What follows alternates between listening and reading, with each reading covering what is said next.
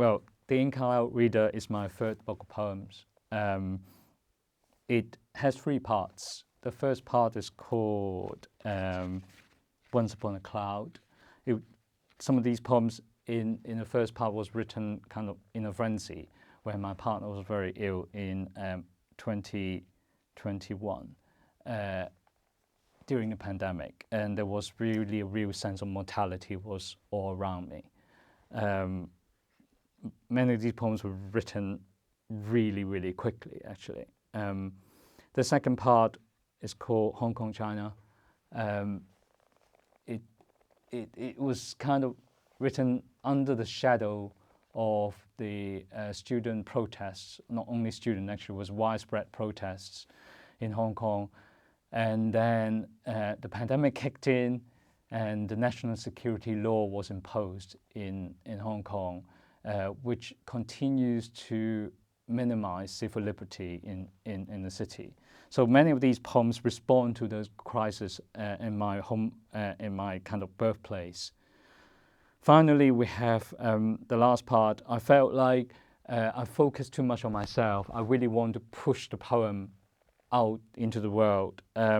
It's called Broken Nose Jitsu, which is a god. I'm always interested in how, whether we believe or not, religion is just everywhere. It's the grand narrative. It frames our life and death in such a powerful way. So I was very interested in pushing these poems into the ether of the world. Yeah, God, inspiration. What does it mean? Since I talked about God, I do think that inspiration is some kind of a god. Not like a kind of figurative way, but more like a breeze, the wind. That may explain why the title of the book is called Ink Out Reader. I spent, like many of us probably during the pandemic, I spent a lot of time watching the clouds, watching the outside world while I was indoor. While all the sense of mortality, the chaos of the world in my city of Hong Kong, also the impinging sense of climate emergency, these clouds are not, they are actually consequences and outcomes of the changing world. That really hit me. But of course, I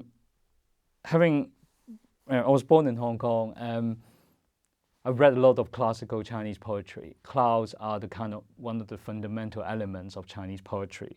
And I was surprised how much I unconsciously try to steal the power of the clouds in this book. When I go to the very seed of inspiration, I saw ink. I saw the material in which we create words. It comes from the brain, it comes from whatever, out of my heart, from my soul. But for some reason, even in this digital age, we're still talking about the digital ink, the ink on the screen. But I'm also very interested in the ink on the page, the shape of the page, how the ink, like clouds, has this kind of freeing ability to flow on the page and flow into my mind and hopefully flow into the reader's mind. If there's one thing that I absolutely worship, it would be ambiguity or ambivalence. I think that poetry is a game about ambivalence. If poetry is in the playground, it has to be in the playground of ambivalence. Without it, there will be no fun.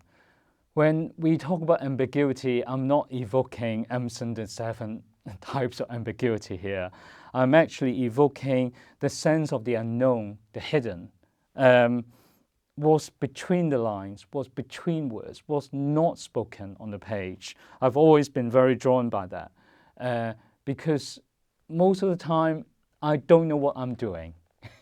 I am only trying to capture something that is very volatile, something is passing. It could be a shadow, it could be a shade, or it could be genuine human pain. But we cannot hold a lot of these sensations or feelings in our lives. So these are fluid things for me.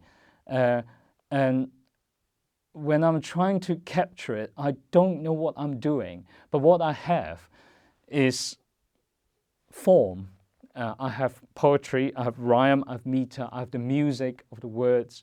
And I'm just trying to use this form to capture all these ambiguous moments that's happened in the last few years of my life. And yeah, so it is a play of shadow and the sun.